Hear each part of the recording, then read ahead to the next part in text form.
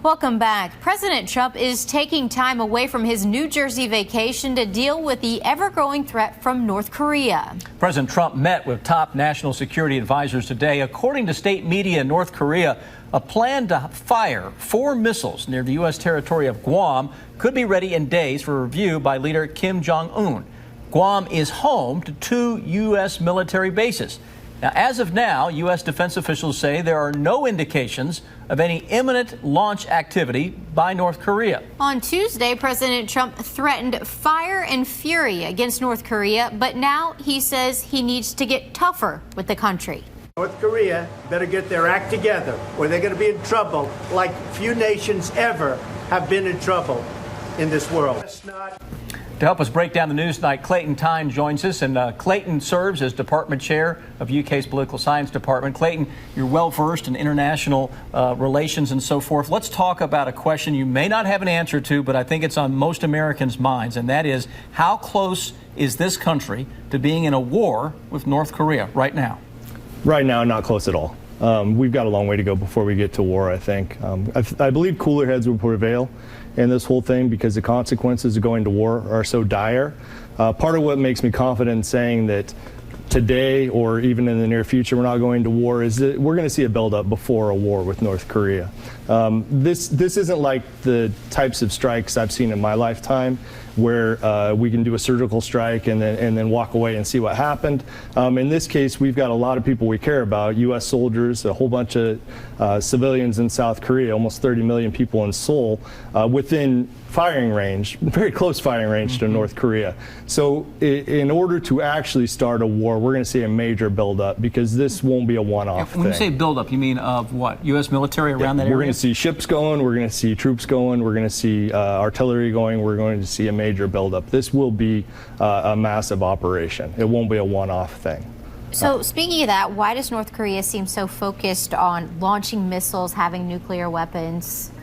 The biggest thing is survival, right? That's what Kim Jong-un is after. And any leader wants to survive. But the dictators of the world learned some very important lessons from Gaddafi, from Hussein, right? So when we pull Hussein out of a spider hole and delouse him on CNN in front of the whole world, these dictators realize that they don't have many options. They need to make sure that they're going to be safe, right? And the best way to be safe is to make sure you have maximum deterrence. So we see Iran, we see North Korea building up these major nuclear arsenals, or at least attempting to, in order to survive. And we learned from Gaddafi he was building in Libya a major WMD program. He decided to go ahead and step back from that, give up his program, and he ends up dead. So we learned from Ukraine that you give up your nuclear weapons, you think things are going to be fine, and then a few decades later, you've got Russia annexing part of your state. So far, the leader of Korea, North Korea, has not backed down from firing missiles and doing what he wants. Do you think he's going to back down, given what may be coming? Yeah. I mean, so as far as like, will he shoot missiles at Guam, I think the likelihood of that is essentially zero, because that would elicit an immediate reaction. The United States would have to do something about that. So Kim wants to survive again, and so he wants to push to the point where he can get nuclear weapons, but the last thing he wants is to get in a war. He will lose that war, and he knows it. So he wants to have that deterrent capability. Last thing he wants is to get in an actual all-out war. So a lot of people obviously kind of wonder, though, is he just mentally unstable?